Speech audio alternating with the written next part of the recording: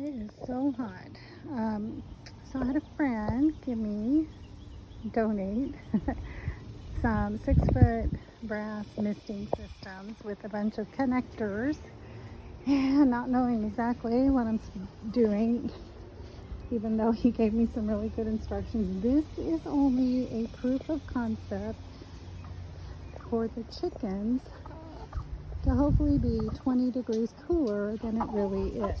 So let's turn on the water. See what happens.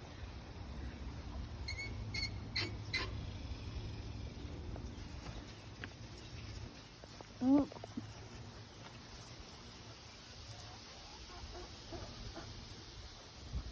Oh.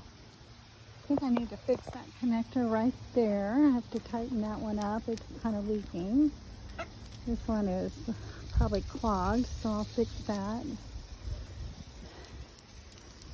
Oh, this one needs to be tightened too. That's the end.